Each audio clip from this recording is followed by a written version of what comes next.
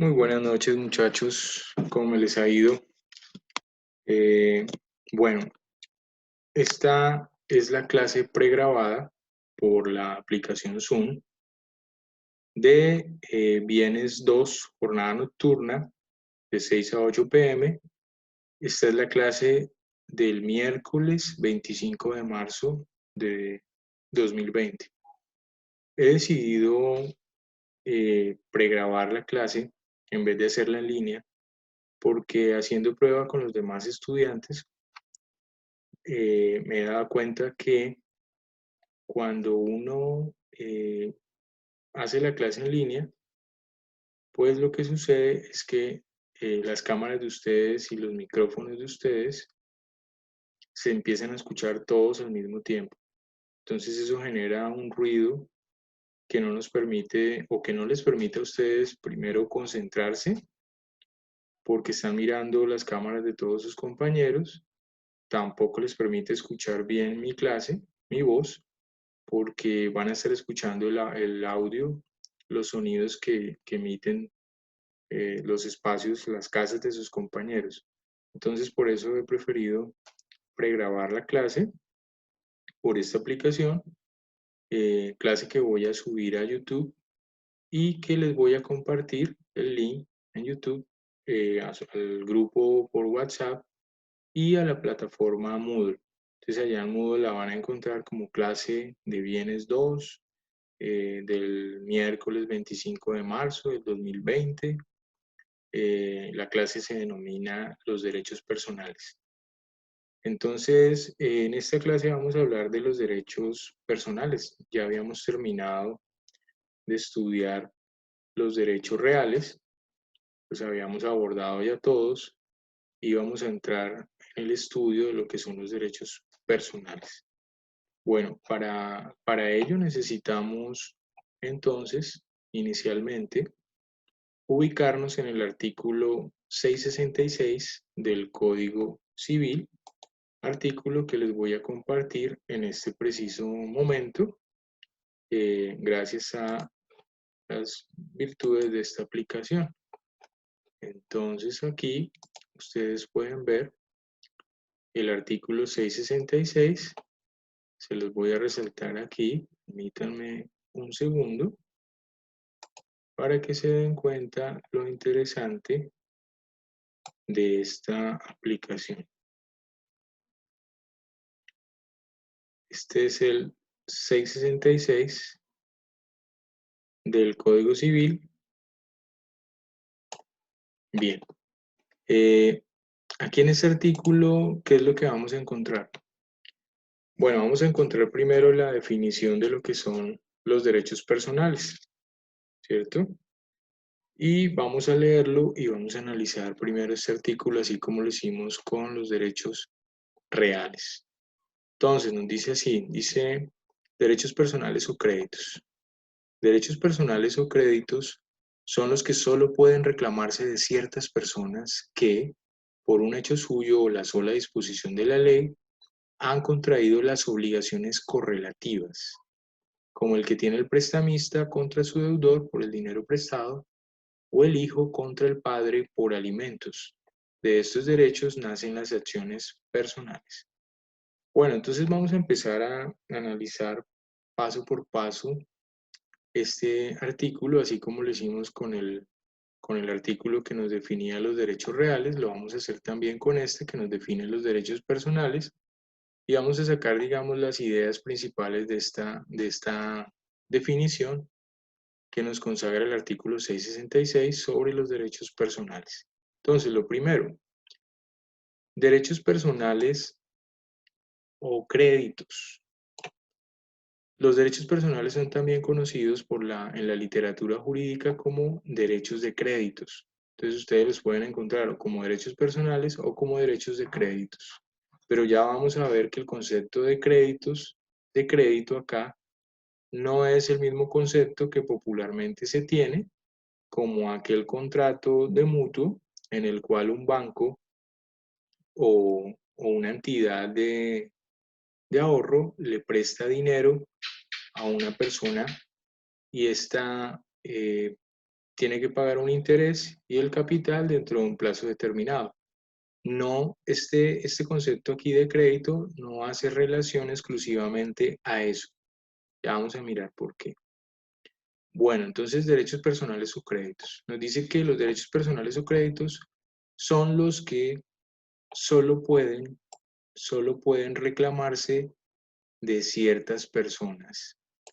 Entonces, lo segundo que tenemos que decir es que los derechos personales solo van a poder reclamarse de ciertas personas, de ciertas personas.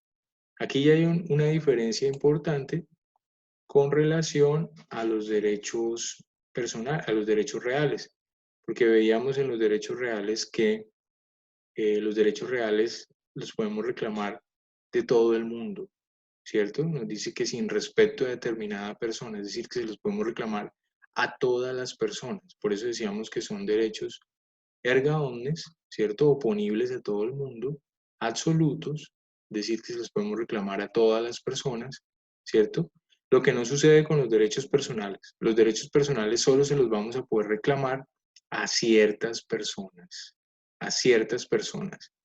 Pero entonces ya vamos a mirar por qué a ciertas personas y en qué, bajo qué situaciones, por qué a ciertas personas. Entonces nos dice el artículo 666 que a ciertas personas que, por un hecho suyo, ¿cierto? Lo primero que tenemos que decir es que aquí va a haber una persona que se va a obligar, que va a contraer obligaciones. Y esa persona que va a contraer las obligaciones eh, lo va a poder hacer bien sea por un hecho suyo, es decir, por un acto realizado por él mismo.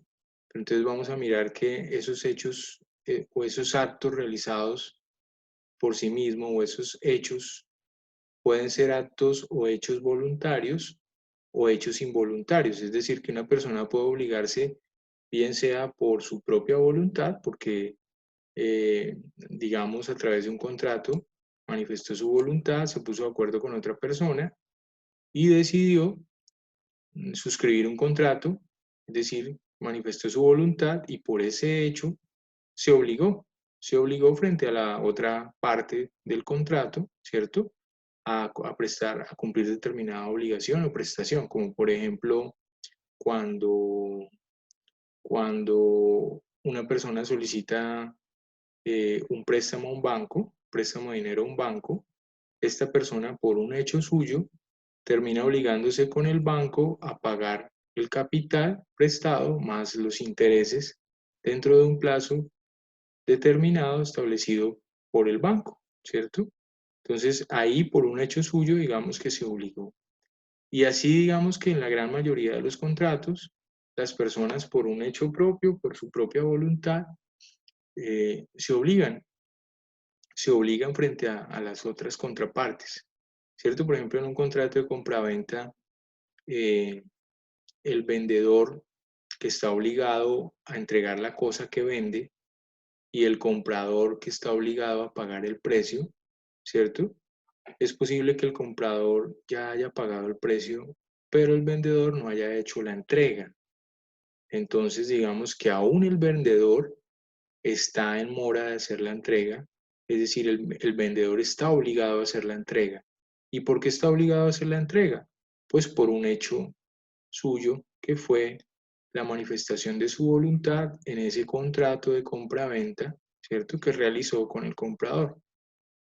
Lo que generó, ese hecho suyo generó que que él quedara obligado a hacer la entrega de la cosa vendida. Pero entonces miren, fíjense que aquí eh, el comprador solo va a poder solicitarle la entrega, es decir, el cumplimiento de la obligación o exigirle su derecho personal. El comprador solo lo va a poder exigir de el vendedor.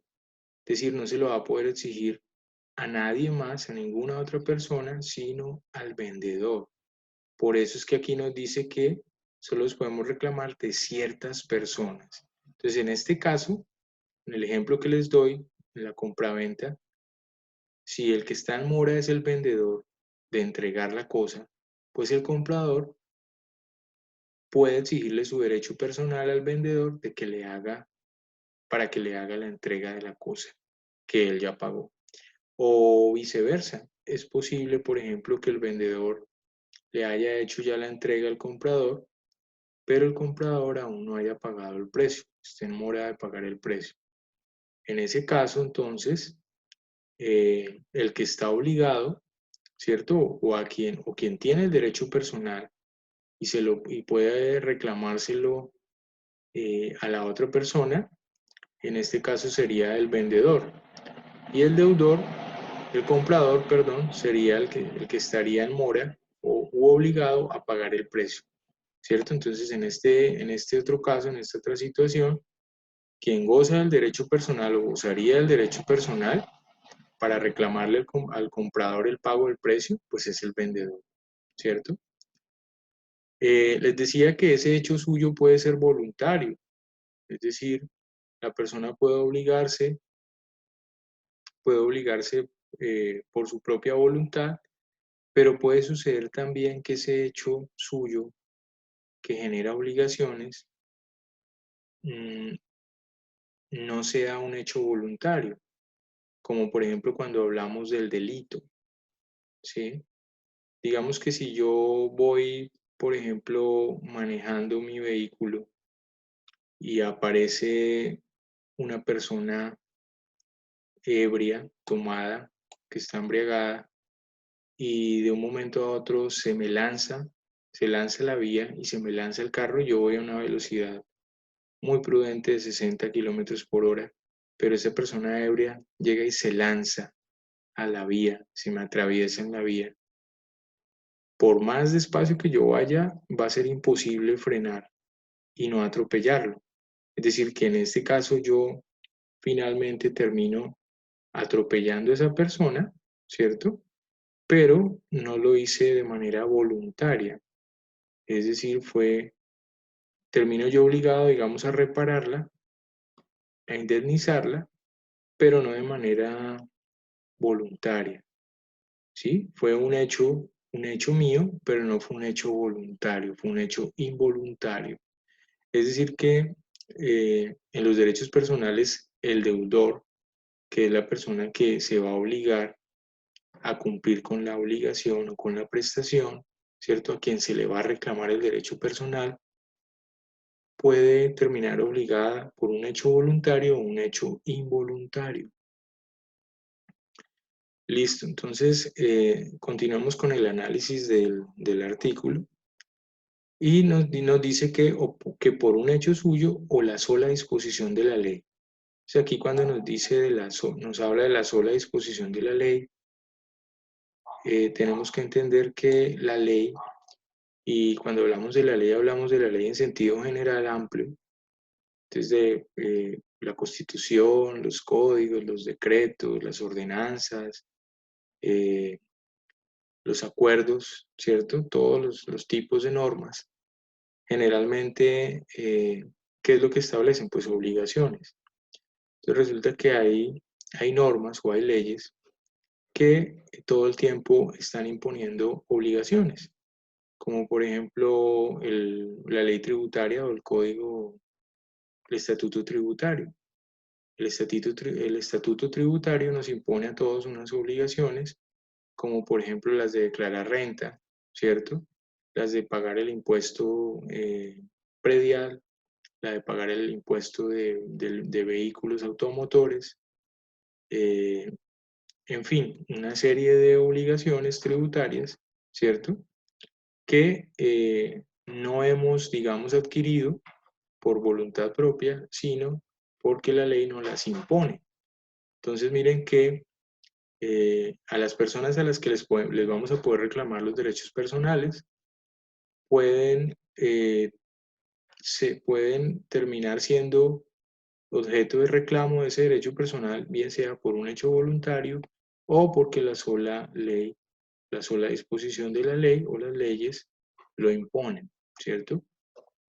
Luego nos dice que solo pueden reclamarse ciertas personas que, por un hecho suyo o la sola disposición de la ley, han contraído las obligaciones correlativas.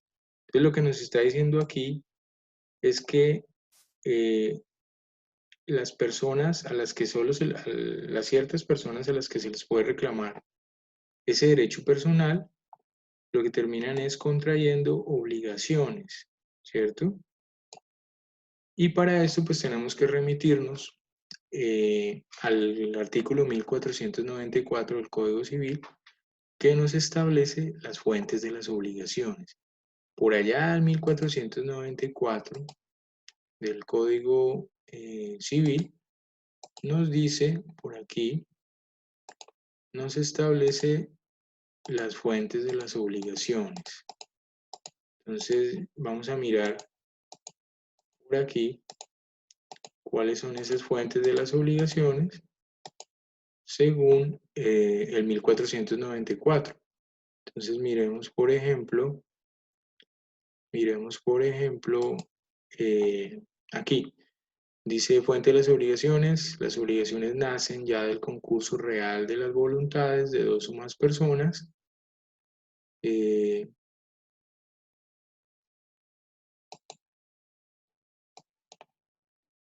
Perdonen un segundo que me enredé aquí con la, con la aplicación. Perdonen un segundo. Ya. Bueno, aquí entonces nos dice las obligaciones nacen ya del concurso real de las voluntades de dos o más personas, como en los contratos o convenciones. Entonces aquí nos está diciendo que una de las fuentes de las obligaciones son los contratos o las convenciones.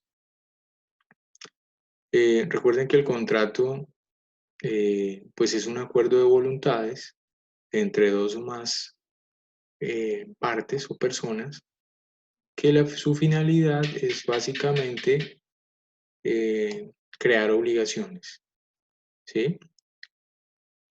Bueno, otra de las fuentes de las obligaciones que podemos encontrar aquí en el 1494 del Código Civil son los cuasicontratos. Los cuasicontratos. Entonces ustedes se preguntarán, bueno, ¿y qué es un cuasicontrato? Pues un cuasicontrato es aquello que se parece a un contrato, pero que en realidad no es un contrato. Porque ¿cuál es la diferencia entre un cuasicontrato y un contrato? Pues que en el contrato interviene la voluntad de dos o más personas, ¿sí? Mientras que básicamente en el contrato lo que hay es un acuerdo de voluntades. En el cuasicontrato digamos que no hay un acuerdo de voluntades, ¿cierto? Pero va a generar obligaciones o va a producir obligaciones igual que los contratos, pero aquí en el cuasicontrato no hay acuerdo de voluntades. Entonces, claro, contrato es todo aquello, todo acuerdo. Bueno, aquí tenemos la definición de contrato. Mira, en el 1495 nos dice, contrato o convención es un acto por el cual una parte se obliga para con otra a dar, hacer o no hacer alguna cosa. Cada parte puede ser de una o de muchas personas. Entonces, básicamente, ¿qué es un contrato? ¿Qué son los contratos? Pues son acuerdos de voluntades eh, con el fin de crear obligaciones, ¿cierto? Con el fin de crear obligaciones que las partes se obliguen, como por ejemplo en el contrato de compraventa.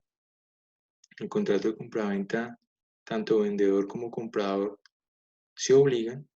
El vendedor se obliga, el comprador se obliga a pagar el precio, ¿cierto? De la cosa que está comprando.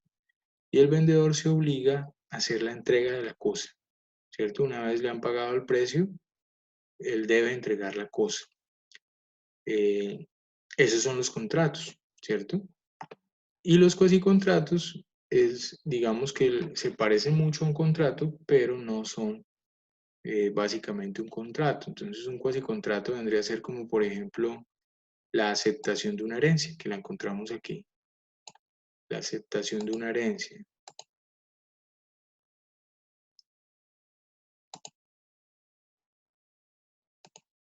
En un segundo, estoy otra vez sacando el... Listo. Entonces, encontramos aquí la aceptación de la herencia. La aceptación de una herencia o de un legado. ¿cierto? Miren que aquí en la aceptación de una herencia, el, el heredero no se puso de acuerdo con el causante para, ¿para qué? Para que éste le heredara. Es decir, el causante allá hizo su testamento, ¿cierto? Y finalmente, pero no le contó a nadie, y finalmente cuando fallece es que el heredero o el legatario decide si acepta o no la herencia o el legado, ¿cierto?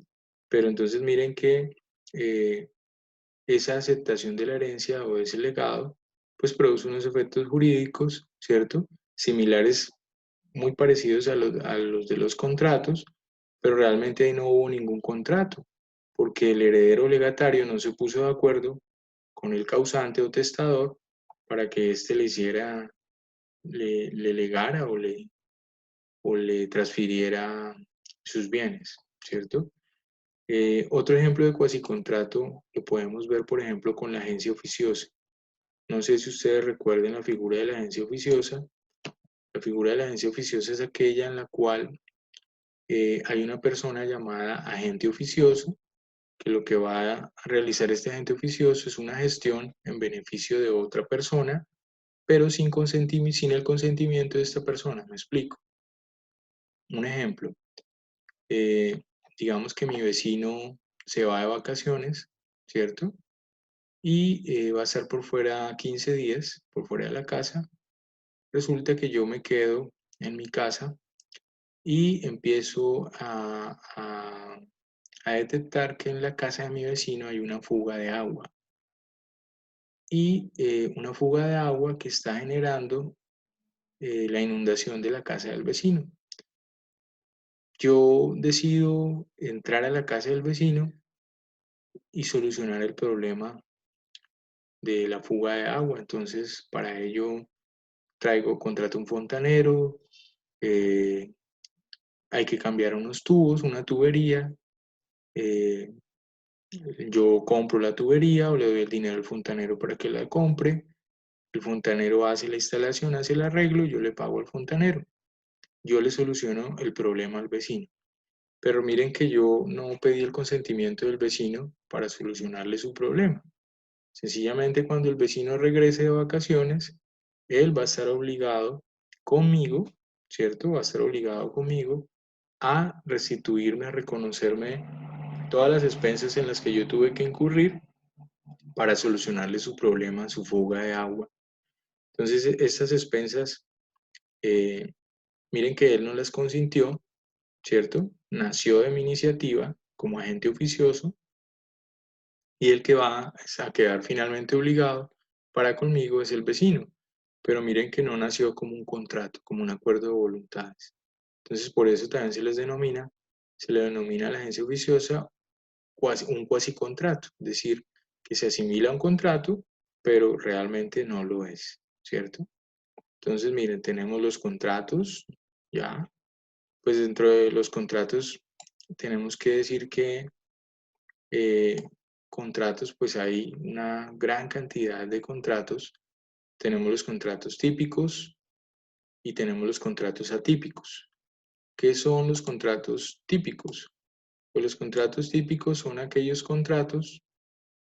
eh, aquellos contratos que se encuentran regulados en las normas, que están denominados, están nombrados, tienen un nombre, ¿cierto? Como por ejemplo contrato de compra-venta, contrato de permuta, contrato de transporte, contrato de depósito, contrato de arrendamiento, contrato de leasing, contrato de factoring, contrato de depósito, contrato de mutuo, en fin, todos los contratos que encontramos regulados en nuestro Código Civil, en nuestro Código de Comercio y en algunas normas o leyes especiales que regulan ciertos contratos.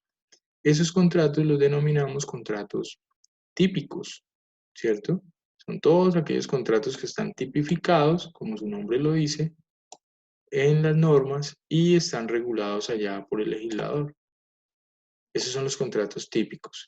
Pero también encontramos una gran cantidad de contratos que no están regulados allá por el legislador, sino que son contratos que las personas, los ciudadanos, bajo un principio que se llama el principio de la autonomía de la voluntad, que es un principio en el cual el Estado le confiere a los particulares la facultad de poderse autorregular a través de los contratos.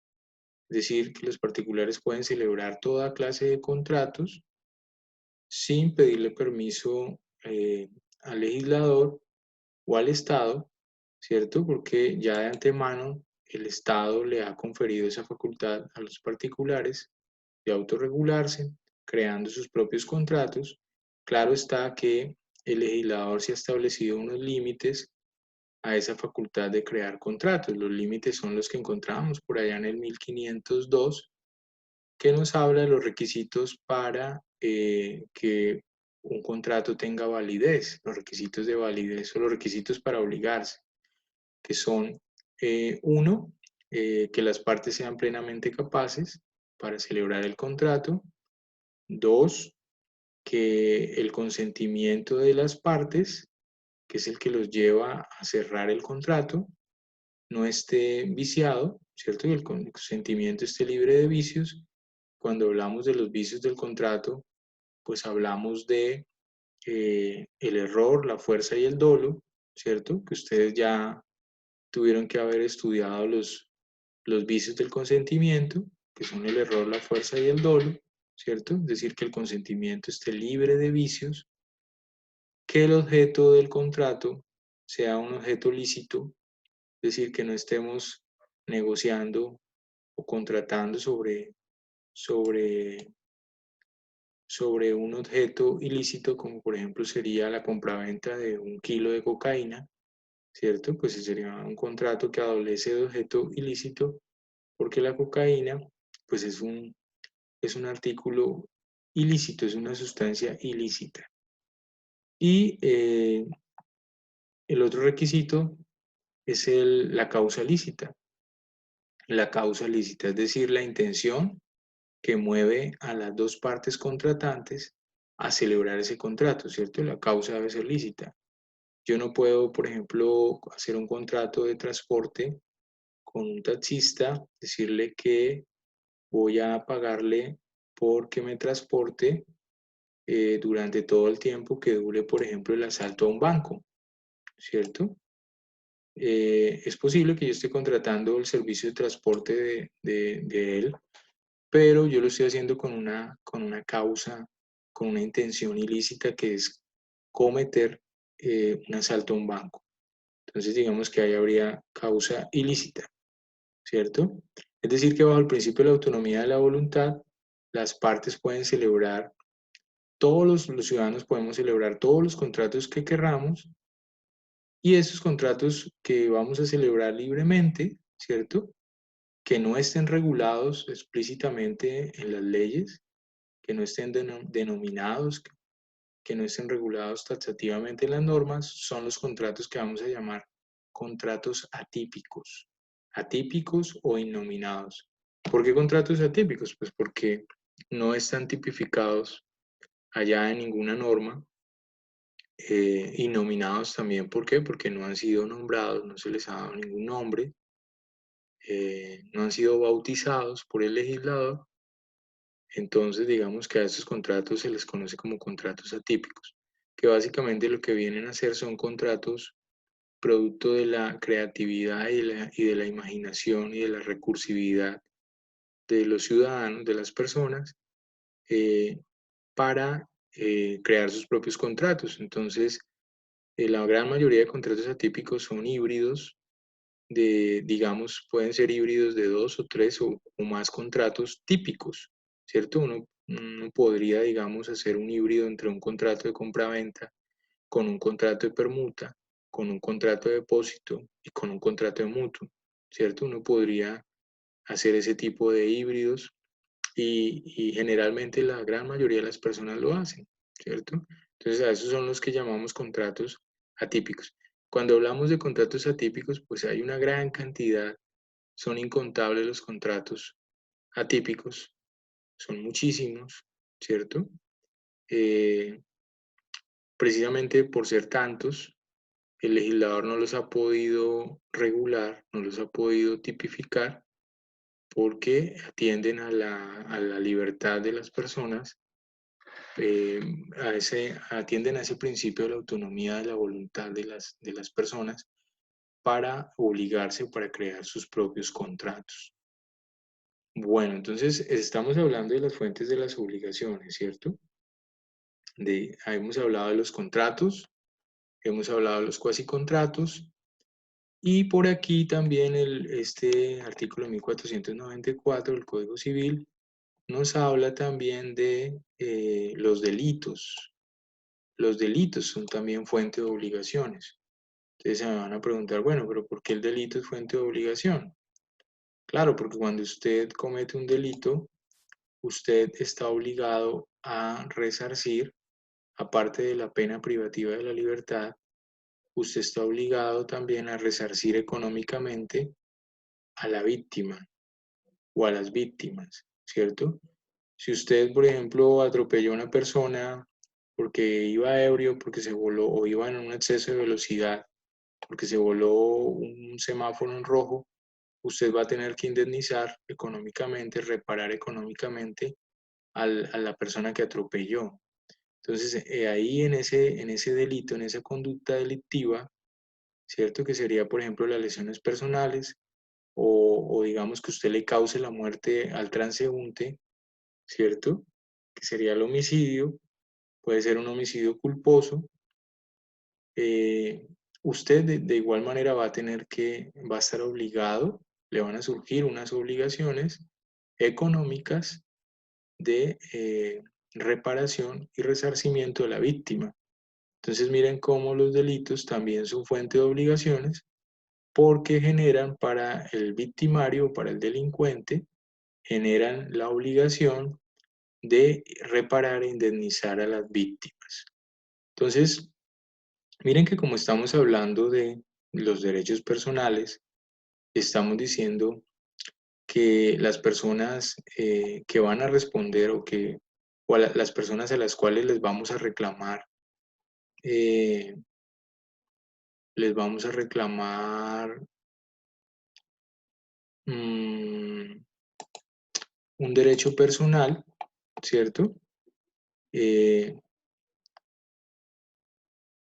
ese derecho personal se lo vamos a reclamar porque por un hecho suyo, miren aquí, vuelvo y resalto, personas que por un hecho suyo, ¿cierto? O la sola disposición de la ley,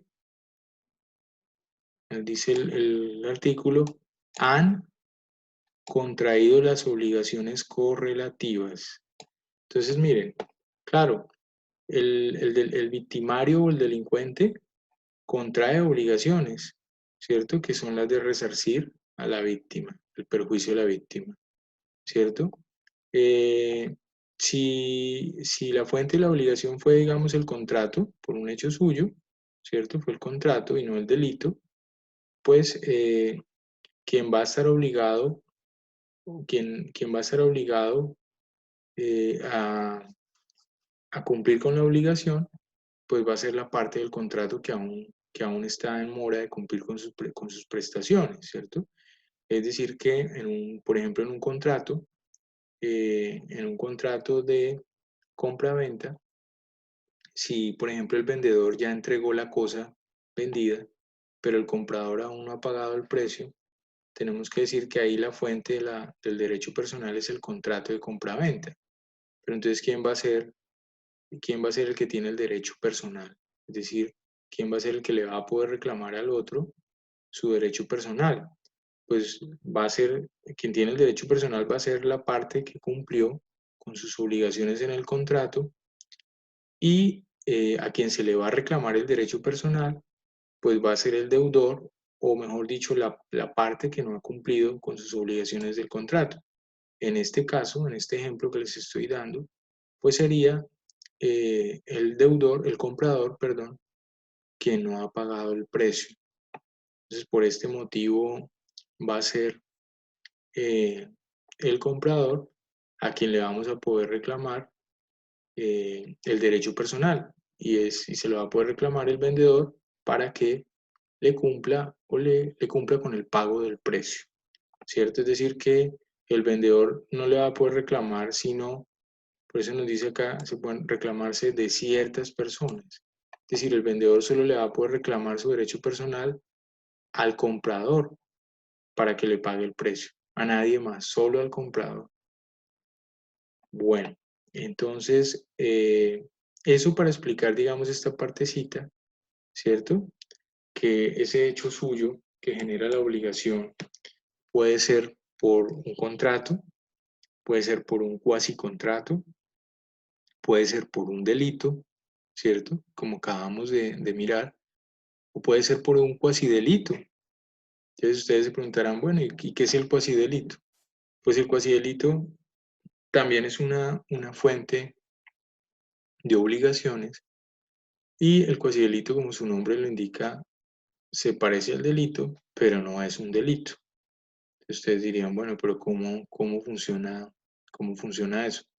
Pues resulta que el cuasi delito sí es una conducta reprochable, una conducta que está prohibida y que tiene una sanción, pero que no tiene una sanción como la tienen las conductas prohibidas en el Código Penal.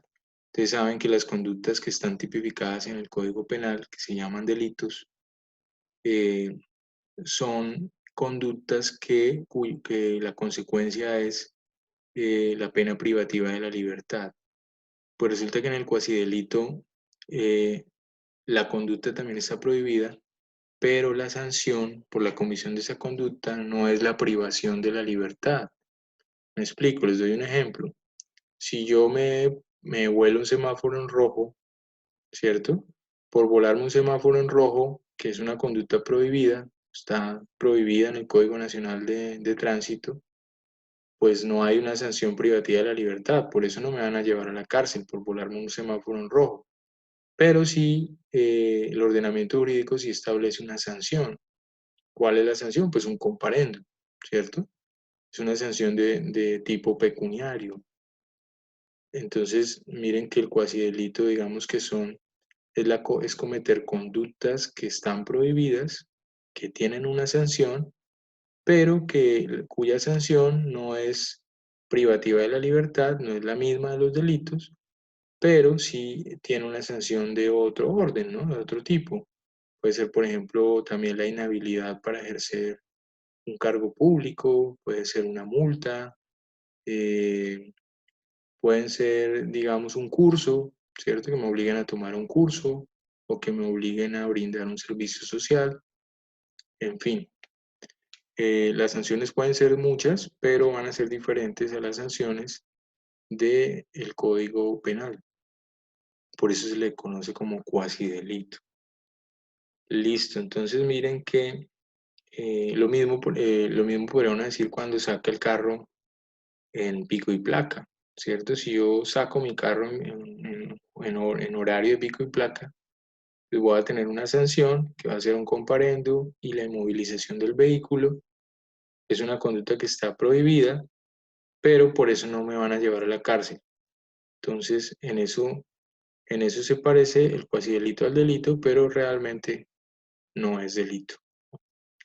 Bueno, entonces tenemos como fuentes de obligaciones o como fuentes también de derechos personales, entonces, vuelvo y repito, el contrato, el cuasicontrato, el delito, el cuasidelito, ¿cierto? Cuatro, llamamos cuatro. Y finalmente, la ley, la ley. Como nos dice aquí el 666 del Código Civil, nos dice, o la sola disposición de la ley, ¿cierto? O la sola disposición de la ley. Claro, como les decía al comienzo, la ley también genera obligaciones o impone obligaciones. Y aquí ya eh, el artículo nos da dos ejemplos. Nos dice como el que tiene el prestamista contra su deudor por el dinero prestado, Es decir, nos da un ejemplo, nos trae el ejemplo por un hecho suyo, ¿cierto? Cuando a través del contrato de préstamo de dinero, eh, quien presta tiene el derecho a reclamarle su derecho personal al deudor, quien le prestó el dinero, ¿cierto? Tiene derecho a reclamarle el dinero prestado. Y lo que va a tener ahí el prestamista contra su deudor, pues va a ser un derecho personal. Personal. ¿Por qué personal? Porque el prestamista solo le va a poder exigir el pago del dinero solamente al deudor, a nadie más.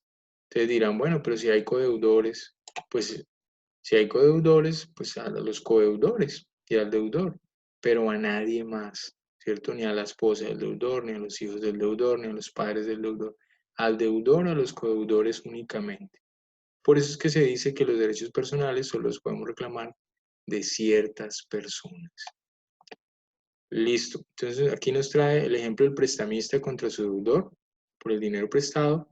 Y luego aquí nos trae otro ejemplo, nos dice, o el hijo contra el padre por alimentos. O el hijo contra el padre por alimentos. Este ejemplo de acá, del hijo contra el padre por alimentos, pues es un ejemplo de cuando es por disposición de la ley. Cuando es la ley la que impone las obligaciones, la que es la fuente de obligaciones, claro. Eh, el Código Civil nos dice que todos los padres tenemos la responsabilidad de dar alimentos a nuestros hijos, ¿cierto? De dar alimentos a nuestros hijos y eso es una obligación que nos impone la ley. Lo mismo que les decía yo hace un rato, que sucede con el estatuto tributario, donde la obligación de pagar impuestos, pues es una obligación que nos impone la ley, ¿cierto?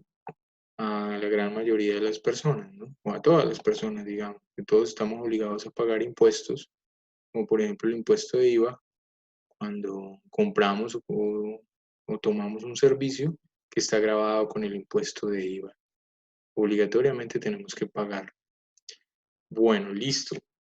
Entonces, finalmente, aquí ya, esta parte del artículo nos dice, de estos derechos, o sea, de los derechos personales, nacen las acciones personales.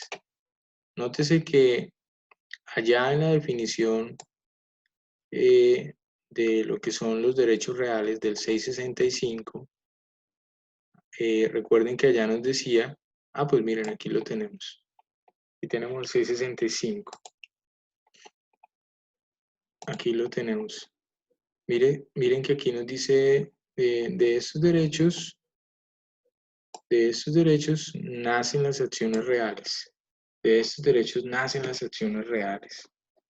Entonces miren que de los derechos reales, pues dijimos que nacían las acciones reales. Entonces dijimos que acciones reales como por ejemplo la acción reivindicatoria de dominio, la acción de restitución, ¿cierto? Las acciones posesorias, en fin. Y aquí de los derechos personales, pues nacen acciones personales, ¿cierto? Y habíamos visto la clase pasada, eh, habíamos hablado, habíamos hablado que habíamos dicho que es una acción, concepto general de acción, y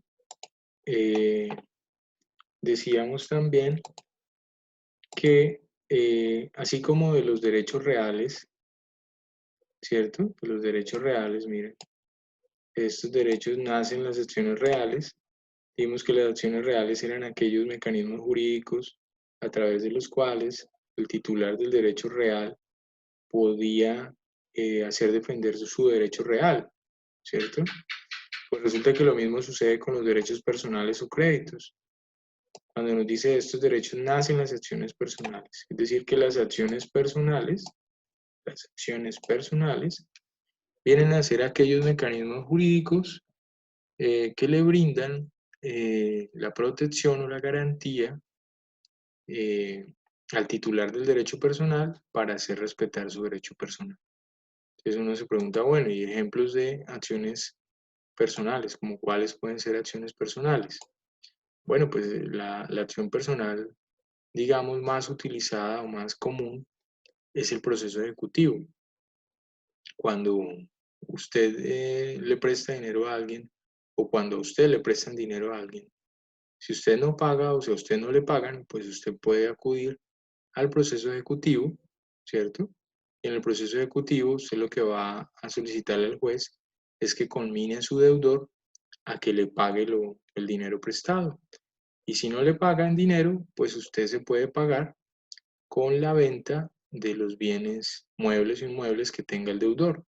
Por eso es que generalmente se pide en el proceso ejecutivo, se pide la medida cautelar de embargo, de secuestro y embargo de bienes muebles e inmuebles y la venta en pública subasta de estos bienes embargados y secuestrados para que con el fruto, la venta de estos bienes en pública subasta, se le pague al acreedor su dinero prestado, ¿cierto? Entonces, de estos derechos, es decir, de los derechos personales, nacen las acciones personales. Acciones personales como, por ejemplo, vuelvo y repito, el proceso ejecutivo.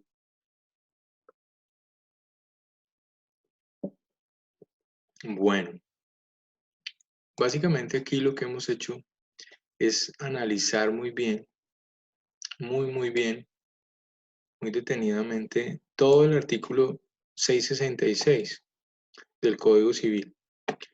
Artículo que tiene un número bien sugestivo, ¿cierto? Miren, 666, que es el número de la bestia, ¿cierto? Que termina definiéndonos lo que son los derechos personales o derechos de créditos. Entonces, volvamos a hacer un repaso, hagamos una lectura ligera, ¿cierto? Dice, derechos personales o créditos son los que solo pueden reclamarse de ciertas personas que, por un hecho suyo, ¿cierto? O la sola disposición de la ley, han contraído las obligaciones correlativas. Y aquí los ejemplos, como el que tiene el prestamista contra su deudor por el dinero prestado, o el hijo contra el padre por alimentos. De estos derechos nacen las acciones personales. Listo, entonces queda agotado el estudio, digamos, a profundidad de lo que son de lo que es el concepto de derecho personal del artículo 666 de nuestro Código Civil. Eh, Recuerden que a la par del estudio de este artículo, estudiamos también las fuentes de las obligaciones, estudiamos el 1494, las fuentes de las obligaciones, ¿cierto? Para entender, digamos, de dónde es que nacen las obligaciones del deudor, es decir, a quien le vamos a reclamar el derecho personal, de dónde pueden nacer esas obligaciones. Pues dijimos que pueden nacer de los contratos o convenciones, ¿cierto? O de los cuasi contratos, que se parecen mucho a los contratos, pero que no son contratos, ¿cierto? Como cuando uno acepta una herencia o acepta un legado, o como en la agencia oficiosa, eh, y como en los delitos, ¿cierto? Los delitos y, y la ley. Bueno, aquí al 1494 le hizo falta hablar del cuasi delito, ¿cierto? El cuasi delito. La doctrina sí habla del cuasi delito como fuente de obligaciones al lado del delito. La doctrina nos dice que las fuentes de las obligaciones son el contrato, el cuasicontrato, el delito, el cuasidelito y la ley. El Código Don Andrés Bello no nos regula aquí el cuasidelito, pero el cuasidelito sí es una fuente de obligaciones, por eso se los mencioné y por eso les hablé de la diferencia entre el cuasidelito con el delito, ¿cierto? Y de la diferencia entre el cuasicontrato y el contrato, ¿cierto? Y la ley como fuente, pues, de obligaciones, ¿cierto? La ley siempre nos impone obligaciones, entonces puede que esas obligaciones nazcan de la ley, como por ejemplo, si usted como hijo, su padre, no le ha dado alimentos, no le ayuda con los alimentos, si usted aún es menor de 25 años y está estudiando, y su padre se olvidó económicamente de usted y no lo ayuda, pues usted tiene un derecho personal eh, frente a su padre para reclamarle alimentos, ¿cierto? ¿Y de dónde nació ese derecho personal? Pues nació de la ley, porque es la ley la que establece la obligación de los padres, ¿cierto? De dar alimentos a sus hijos. Y también la ley por allá establece la obligación de los hijos de dar alimentos a sus padres cuando estos dependen económicamente de los hijos.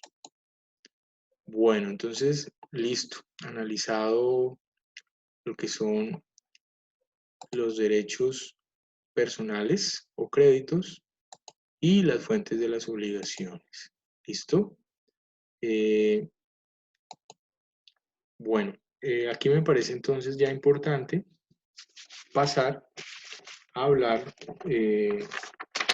ya analizado el concepto, ¿cierto?, de los derechos personales, eh, entrar a mirar, digamos, una definición ya de la doctrina. Hay un autor que se llama José J. Gómez, un autor colombiano, que nos define los derechos personales de la siguiente manera. Nos dice: derecho personal es el poder jurídico que tiene una persona para exigir de otra persona determinada, el cumplimiento de una prestación, ¿sí? O el cumplimiento de una obligación. Prestación es sinónimo de obligación. Listo. Digamos que esa es como la definición que nos da José J. Gómez. Dice: derecho personal es el poder jurídico para exigir de una persona determinada el cumplimiento de una prestación. ¿Listo? Bueno, bien. Entonces, me parecía que importante ahora entrar a hablar de los elementos del derecho, de los derechos personales, los elementos de los derechos personales.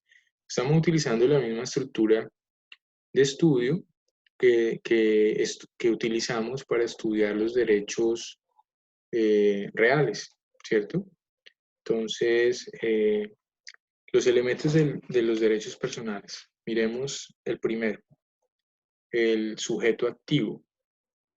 Recuerden que allá en los derechos reales, el sujeto activo decíamos que era el titular del derecho real y que adquiría su nombre dependiendo del derecho real del cual gozara. Entonces decíamos que si, por ejemplo, el titular del derecho, la persona tenía era un derecho, el derecho real de dominio, entonces decíamos que el sujeto activo lo llamábamos propietario o dueño. Si tenía el derecho real de usufructo, entonces el titular del derecho real se iba a llamar usufructuario. Si tenía el derecho real de uso, usuario. Si tenía el derecho real de habitación, habitador. Si tenía el derecho real de herencia, heredero o legatario. Si tenía el derecho real de prenda o hipoteca, entonces decíamos que se iba a denominar acreedor prendario o acreedor hipotecario, ¿cierto? Ese era el sujeto activo allá en los derechos reales. Miremos ahora quién es el sujeto activo aquí en los derechos personales. Entonces, el sujeto activo en los derechos personales va a ser el acreedor, el acreedor, acreedor.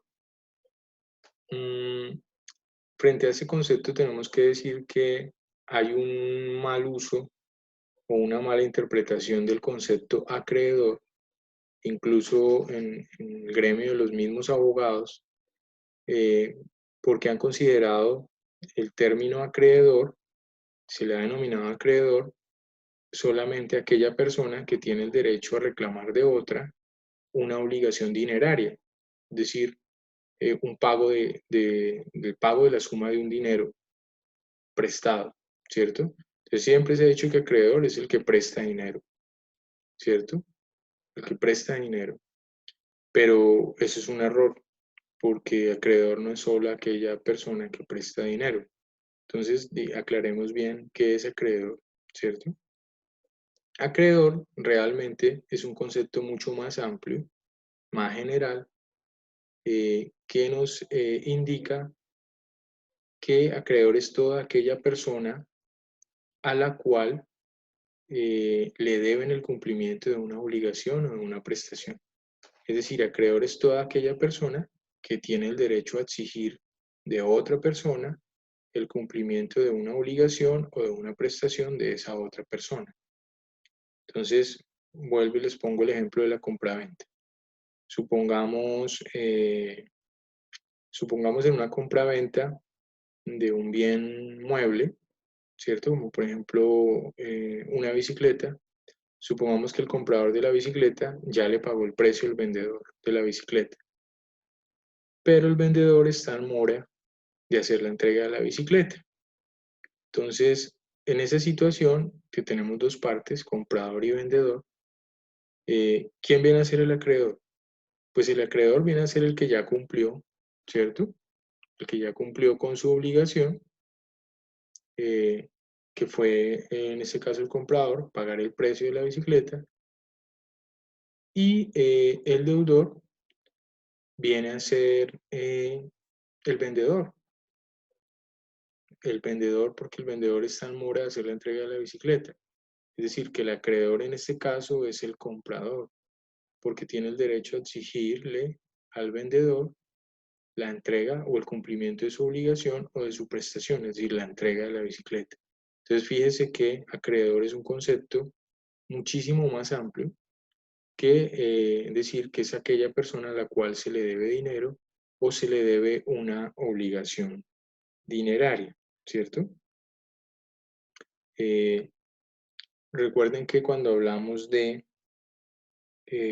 bueno, ahorita vamos a hablar mejor de las obligaciones, ¿cierto? El tipo de obligaciones. Ese es el sujeto activo entonces. El sujeto activo en los derechos personales es el acreedor, pero el acreedor va a ser toda aquella persona a la cual le deben el cumplimiento de una obligación.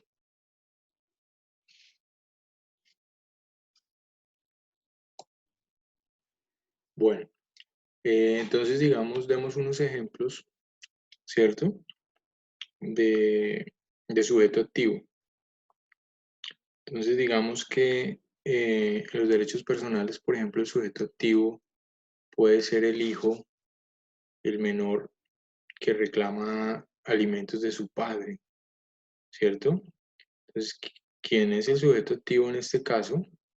Pues viene a ser el menor o el hijo para reclamarle los alimentos a su padre, ¿cierto? Cuando vemos que la fuente de la obligación es el delito, entonces tenemos que decir que el acreedor, o perdón, el sujeto activo o acreedor, pues va a ser la víctima o el víctima, la víctima, sí, frente al victimario, frente al delincuente, es decir, el sujeto activo o el acreedor va a ser la víctima, ¿cierto? Porque va a ser la que va a tener el derecho personal de poder reclamar la reparación económica o la indemnización económica al victimario o al delincuente. Listo. Bueno, hablemos del segundo elemento de los derechos personales. El segundo elemento. Y ya dijimos que el primer elemento es el sujeto activo. El sujeto activo es un acreedor, ¿cierto? Un acreedor, el acreedor.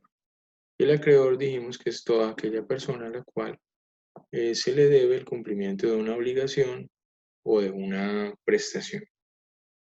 Bueno, el segundo elemento de los derechos personales es el objeto, objeto, ¿sí? Entonces dice, el objeto consiste en la prestación misma a lo que está obligada la persona determinada, ya sea a pagar una suma de dinero o a suministrar alimentos, que puede ser de dar, hacer o no hacer. Entonces, ¿cuál es el objeto? ¿Cuál era el objeto en los derechos reales? Recordemos que en los derechos reales el objeto era, era la misma cosa, ¿recuerdan? La cosa sobre la cual recaía el derecho. Aquí en los derechos personales el objeto va a ser es la prestación misma o la obligación, ¿cierto? La obligación valga la redundancia, la obligación a la cual está obligado el deudor a cumplir con el acreedor, con el sujeto activo, ¿cierto? Pero entonces aquí como el objeto de los derechos personales es la misma obligación o la misma prestación, pues aquí tenemos que hablar entonces, recordar otra vez que tenemos distintas clases de obligaciones. Entonces tenemos obligaciones de dar, tenemos obligaciones de hacer y tenemos obligaciones de no hacer. Tenemos obligaciones de tres tipos, de dar, hacer y no hacer. Dentro de las obligaciones de dar, pues tenemos una gran gama de modalidades de obligaciones de dar, como por ejemplo la obligación que tiene el comprador de pagar el precio al vendedor. Esa obligación es una obligación de dar. ¿Por qué? Porque es una obligación de entregar una suma de dinero, que es la que tiene todo comprado. La obligación que tiene el vendedor de entregar la cosa vendida al comprador es una obligación también de dar, ¿cierto? De dar, de entregar la cosa vendida, la cosa que se vendió. Entonces, digamos que en obligaciones de dar, cuando hablamos de una obligación de dar, estamos hablando básicamente de obligaciones que comprenden el entregar bienes, el entregar, el hacer la entrega o hacer la tradición de cosas. Y recuerden esa diferencia entre entrega y tradición de la cosa, porque dijimos que, o decimos que la tradición lo que hace es transferir el derecho de dominio, ¿cierto? Mientras que la entrega no necesariamente transfiere el derecho de dominio. En la entrega no necesariamente hay una transferencia del derecho de dominio, como por ejemplo cuando yo firmo un contrato de comodato, o un contrato, perdón, de arrendamiento, ¿cierto? Cuando yo voy a entregar mi inmueble al arrendatario, yo no estoy transfiriendo el derecho de dominio, estoy transfiriendo solo el derecho de habitación, derecho real de habitación. Entonces miren que ahí hay una entrega, ¿cierto? Distinto de si yo lo fuera a vender o lo fuera a permutar, ahí sí hago tradición. Entonces básicamente las obligaciones de dar comprende necesariamente el entregar o el hacer tradición, la tradición de bienes muebles o de bienes inmuebles. Esas son las obligaciones de dar. Eh, Obligaciones de hacer. Miremos esa segunda naturaleza de obligaciones, que son las obligaciones de hacer. Pues son todas aquellas obligaciones que implican la acción, que implican la ejecución de una conducta humana. ¿Sí? Entonces, obligaciones de hacer, pues tenemos muchísimas, como por ejemplo, si yo firmé un contrato de prestación de servicios con un cliente para llevarle un proceso, pues yo tengo obligaciones de hacer, que es, digamos, elaborar la demanda, estar pendiente del proceso en el juzgado, interponer los recursos necesarios, ser diligente, en fin, son obligaciones de hacer, que implican que yo esté haciendo unos actos constantemente, ¿cierto? O si yo, por ejemplo, soy un arquitecto y me contrataron para que construyera un edificio, pues yo tengo unas obligaciones de hacer, que es construir el edificio, ¿cierto? Si yo soy un pintor y me contratan para que haga una pintura, pues mi obligación va a ser de hacer, porque es la de elaborar la pintura, ¿cierto?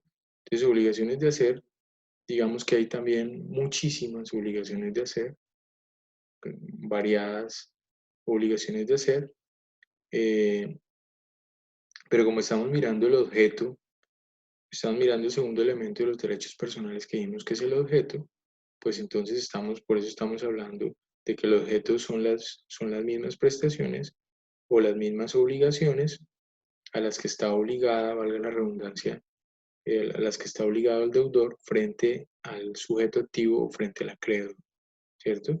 Entonces dijimos que por eso estamos hablando de las clases de obligaciones, obligaciones de dar, obligaciones de hacer, y la tercera, obligaciones de no hacer. Entonces también hay obligaciones de no hacer. Entonces uno se puede obligar en un contrato a no hacer determinada cosa, como sucede, por ejemplo, en el contrato de venta con pacto de retroventa.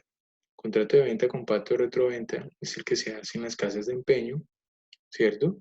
Donde lo que realmente ocurre cuando la persona lleva una cosa, un bien, un artículo a empeñarlo en una prendería, lo que realmente está ocurriendo es que esa persona está vendiéndole al dueño de la compraventa su artículo por el precio que éste le ofrece, y ese dueño de la prendería, que es el comprador, se está obligando a no venderle a nadie más dentro de cierto plazo o término estipulado, 4 meses, 5 meses, 6 meses, 3 meses, y se está obligando también a retrovenderle a usted, que fue el que le vendió inicialmente el artículo, dentro de ese plazo estipulado. Es decir, el dueño de la compraventa se obliga primero a no venderle a nadie más hasta tanto usted comparezca dentro de ese plazo, y se obliga también a retrovenderle, o sea, a volverle a vender a usted que ya le vendió el artículo a él dentro de un plazo determinado. Una vez transcurrido ese plazo, si usted no concurre a desempeñar o a volver a comprar su artículo, pues el dueño de la compraventa queda liberado de esa obligación de no hacer, es decir, de no venderle a otro, y puede ya vendérselo a otro, disponer del bien con un tercero. Es decir, lo que hay en el contrato de venta con pacto de retroventa es una obligación de no hacer. Otro ejemplo de obligación de no hacer es la que existe en, un, en una cosa que se llama el pacto de preferencia. El pacto de preferencia va muy ligado al contrato de compra-venta y sucede en el evento en que yo, por ejemplo, quiero comprarle un bien a otra persona, pero en el momento en que yo le ofrezco dinero para que me venda ese bien, esa persona no está interesada en venderla aún. Supongamos que me enamoré yo de un carro clásico que tiene un vecino, y yo siempre he querido tener ese carro, digamos un escarabajo, y le digo yo al vecino, vecino, véndame su carro. El vecino me dice, no, yo no vendo mi vehículo, mi carro, por ahora no lo vendo, no pensaba en venderlo, de pronto más adelante. Entonces le digo yo, bueno, hagamos un pacto de preferencia, suscribamos un pacto de preferencia, es decir, en el momento en que usted se decida a vender el carro a futuro, va a quedar obligado a ofrecérmelo primero a mí y a no ofrecérselo a nadie más, o a no vendérselo a nadie más, sino ofrecérmelo a mí y a vendérmelo a mí. Entonces, en el pacto de preferencia, lo que va a suceder es que el dueño del artículo, ¿cierto? Que va a ser el futuro vendedor, cuando él se decida a vender esa cosa, lo que tiene ahí es una obligación de no hacer, es decir, de no ofrecérsela a nadie más, sino primero a mí, de ofrecérmela primero a mí. Entonces, hay implícita una obligación de no hacer. Claro está que el pacto de preferencia finalmente se resuelve, eh, eh, digamos que la persona queda obligada a hacerle la oferta, a comentarle a la otra persona que ahora sí lo está vendiendo y lo va a vender, ¿cierto? Y digamos que estaría obligado a vendérselo a esa persona con la cual celebró el pacto, siempre y cuando esta persona eh, le ofrezca el dinero, igual cantidad de dinero que le ofrecería un tercero. Pues si aparece un tercero que le ofrece más dinero, él quedaría liberado de vendérsela a quien, con quien suscribió el pacto de preferencia, y podría vendérselo al tercero. Entonces, eh, estaría obligado, si quiere permanecer si quiere que le venda a él, el que firmó el pacto de preferencia, estaría obligado a pagarle el precio que le está ofreciendo el tercero. Va a darle el mismo precio, va a darle más de lo que le está ofreciendo un tercero. De lo contrario, él sí podría vendérselo a un tercero, ¿cierto? Entonces miren que ahí hay otra obligación de no hacer. Entonces estamos hablando de obligaciones de dar, que implica la entrega o la tradición de un bien, sea mueble o inmueble. Toda obligación de dar implica la entrega o tradición de un bien mueble o inmueble. Estamos hablando de obligaciones de hacer, ¿cierto? Que implica desplegar una conducta humana, eh, realizar una acción. y obligaciones de no hacer, que implica la abstención a una acción, a una conducta humana. Entonces ahí tenemos las tres clases de obligaciones. ¿Por qué hablamos de esas tres clases de obligaciones? Porque resulta que las obligaciones vienen a ser el objeto, ¿cierto?, de los derechos personales. El objeto de los derechos personales. Bueno, hablemos ahora del tercer elemento de los derechos personales, que es el sujeto pasivo. El sujeto pasivo aquí viene a ser alguien determinado, ese alguien determinado del que nos habla el artículo 666 del Código Civil que analizamos ahorita inicialmente, que desmenuzamos y masticamos y digerimos, ¿cierto? Esa persona determinada, es decir, es esa persona frente a la cual el acreedor o sujeto activo va a poder reclamar su derecho personal, ¿cierto? Entonces, ¿cómo lo llamamos ese sujeto pasivo? Lo llamamos deudor. Y el deudor va a ser la persona obligada, ¿cierto? Aquel a quien con base en una de las fuentes de las obligaciones puede exigírsele una prestación o una obligación. Entonces, sí, el sujeto pasivo en todo derecho personal es aquella persona a la cual le vamos a reclamar nuestro derecho personal, es decir, le vamos a exigir el cumplimiento de una obligación o de una prestación.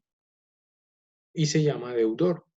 Pero entonces aquí tenemos que hacer la misma aclaración que hicimos frente al concepto de acreedor, y es que la gran mayoría de las personas piensan que deudor es solo aquella persona que debe una suma de dinero, lo cual es un error también, porque deudor no es solo aquella persona eh, a la cual se le aquella persona que debe o que adeuda una suma de dinero.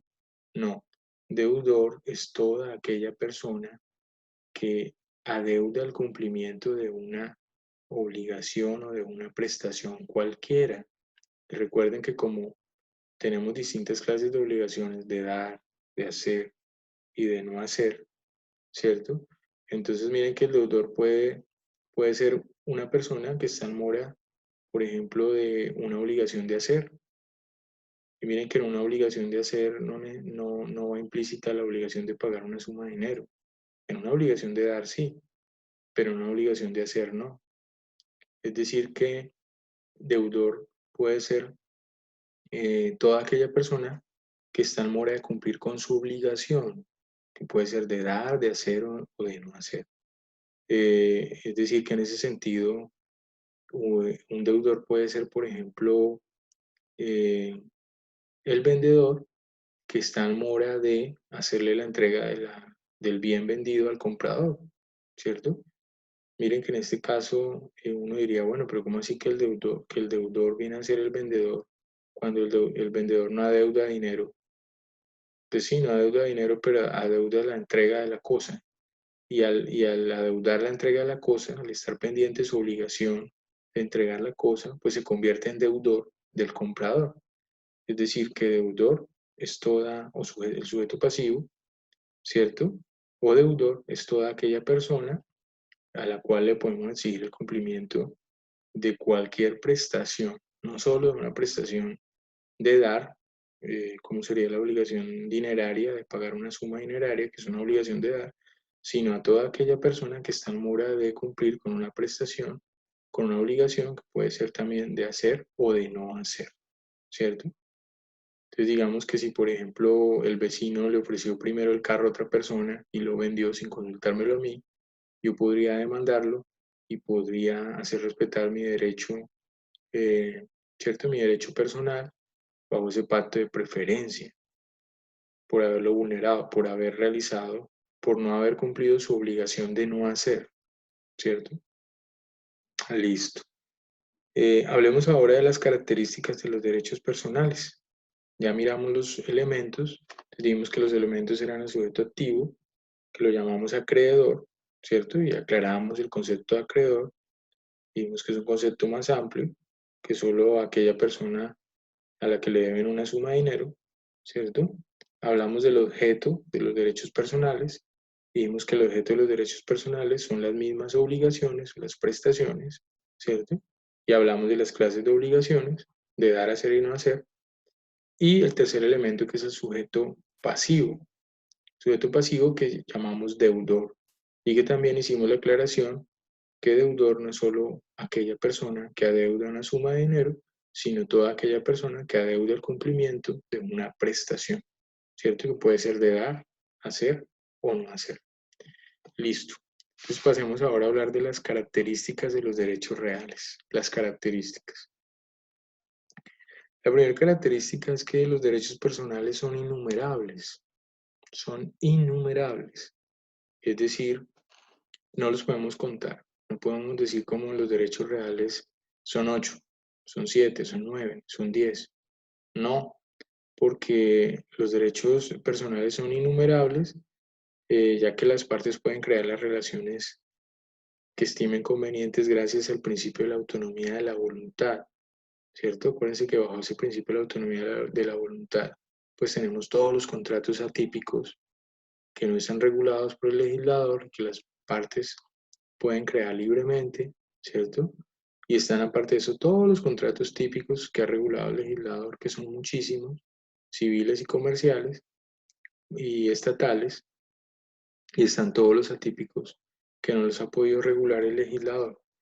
Entonces, en esa medida, ¿cierto? Pues por eso decimos que son innumerables. Los derechos personales son innumerables, son incontables.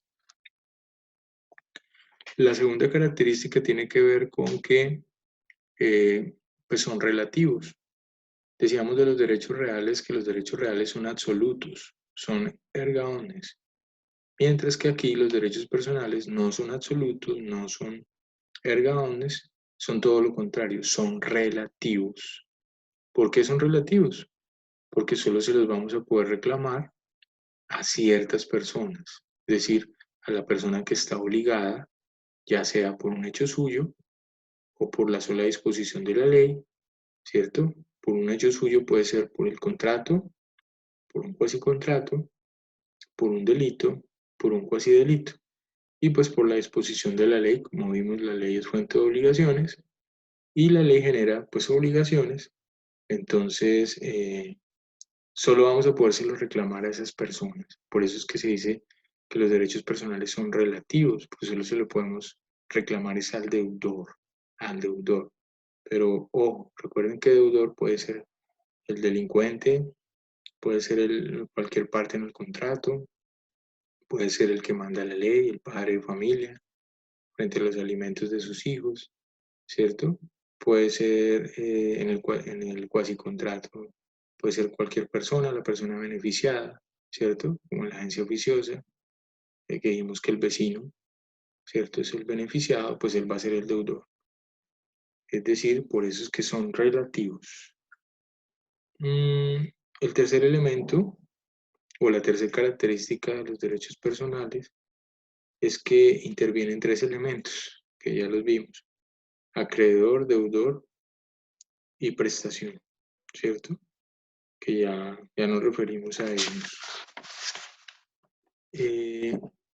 Y la última característica que nos la trae el artículo 666 del Código Civil al final, que nos dice que de estos derechos personales, pues nacen las acciones personales. Entonces decíamos que las acciones personales pues vienen a ser esos mecanismos jurídicos que tiene el sujeto activo del derecho personal, o sea, el acreedor, para reclamar del sujeto pasivo o deudor su derecho personal, ¿cierto? Decíamos que una de las acciones más y usadas o más importantes, de las acciones personales más importantes, es el proceso ejecutivo, la acción ejecutiva que tiene el acreedor frente al deudor para que se le pague, ¿cierto? Bueno, hablemos ahora de las diferencias entre el derecho real o entre los derechos reales y los derechos personales. Pues ya aquí hemos establecido ya varias diferencias, ¿cierto?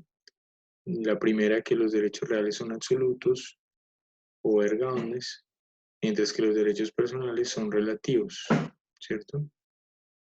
Eh, la segunda diferencia es que en los derechos reales hay una relación persona-cosa, ¿cierto? Una relación entre una persona frente a una cosa, mientras que los derechos personales es una relación de persona a persona.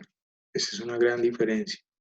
Los derechos personales es una relación de una persona frente a otra persona, ¿cierto?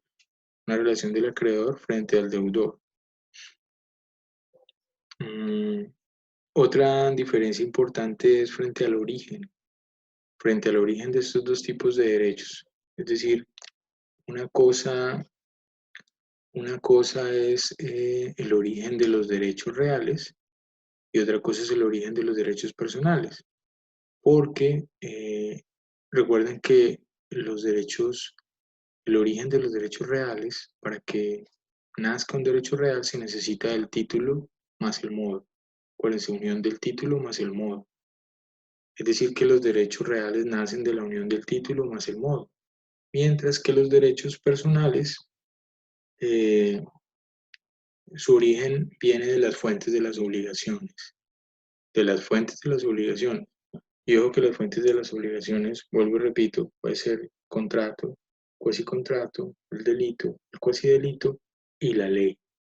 Es decir, que los derechos personales nacen de las fuentes de las obligaciones, mientras que los derechos reales nacen de la unión del título más el modo. ¿Cierto? Eso es una gran diferencia en cuanto al origen. Mm, Otra gran diferencia entre derechos reales y derechos personales eh, es la que tiene que ver con las acciones, ¿cierto? Pues los derechos reales, dijimos, confieren acciones reales, mientras que los derechos personales confieren acciones personales, ¿cierto? Bueno, yo creo que... bueno, otra gran diferencia es en cuanto al derecho de persecución y de preferencia. Recuerden que los derechos reales confieren el beneficio o el derecho de persecución, y es de que el titular del derecho real pueda perseguir la cosa indistintamente en manos de quien esté, mientras que eso no ocurre, digamos, con los derechos personales, porque en los derechos personales usted no persigue eh, la cosa, sino usted persigue a la persona, al deudor, ¿cierto? Pero digamos que no hay un derecho de persecución. En los derechos personales no hay derecho de persecución, sí lo hay en los derechos reales, ¿cierto? Lo otro es frente al derecho de preferencia. Resulta que en materia de créditos, cuando hay un concurso, digamos, de acreedores, siempre se va a preferir a los acreedores que tienen una garantía real, que tienen un derecho real. Se va a preferir a esos acreedores frente a los acreedores que solo tienen una garantía o un derecho personal. ¿Me explico? Eh, si a Pepito Pérez le van a embargar su casa, que es el único patrimonio que él tiene, pero resulta que le van a embargar dos acreedores. Dos acreedores, por ejemplo, hay uno que tiene un pagaré, pero esa deuda está respaldada con un contrato de hipoteca, es decir, ese acreedor tiene un derecho real de hipoteca sobre esa casa, ¿cierto? Y digamos que también hay otro acreedor al cual se le debe, digamos, una suma de dinero de 50 millones de pesos y este solo tiene el título o valor, el pagaré o la letra, pero no tiene una garantía real de hipoteca. Entonces, al momento en que se vaya a pagar la deuda, se vaya a rematar el inmueble, quien va a tener preferencia en el pago de su obligación va a ser el acreedor que tiene una garantía real, es decir, va a ser el que tiene el derecho real de hipoteca, va a ser preferido por el que tiene simplemente el derecho personal del crédito. Entonces, en cuanto a las prerrogativas de preferencia, claro que tienen preferencia o prevalecen los derechos reales por encima de los derechos personales. Bueno, yo creo que con esto hemos terminado también ya el estudio de lo que son los derechos personales. Digamos que la intención era entender el concepto de los derechos personales, sus elementos, sus características, su noción, ¿cierto? Pero digamos que entrar a estudiarlos a fondo como hicimos con los reales ya no es el objeto de esta asignatura, porque eso lo van a hacer ustedes en contratos uno, en contratos 2, ¿cierto? Y en obligaciones. Digamos que los derechos personales son la base para entrar a estudiar el otro semestre ustedes obligaciones y en los semestres subsiguientes entrar a estudiar contratos uno y contratos 2. Entonces aquí digamos que cerramos ya el tema de derechos personales y derechos reales. Queda cerrado ese gran capítulo, derechos reales, derechos personales, con sus diferencias. Bueno, muchachos, esta clase entonces la encontrarán subida en la plataforma de Moodle. Se va a llamar Primera Clase Virtual del miércoles 25 de marzo de 2020 de 6 a 8 pm. Necesito que por favor vean esta clase, la escuchen, porque de esto que les estoy hablando, les hablé hoy, de esto les voy a preguntar en el segundo parcial. Entonces es importantísimo que esta clase la escuchen. La ventaja de tenerla así pregrabada es que la pueden escuchar varias veces. Bueno, fue un gusto tener este encuentro. Cuídense mucho, quédense en casa, cumplan todas las prescripciones y nos estamos hablando. Que pasen una feliz noche. Muchas gracias.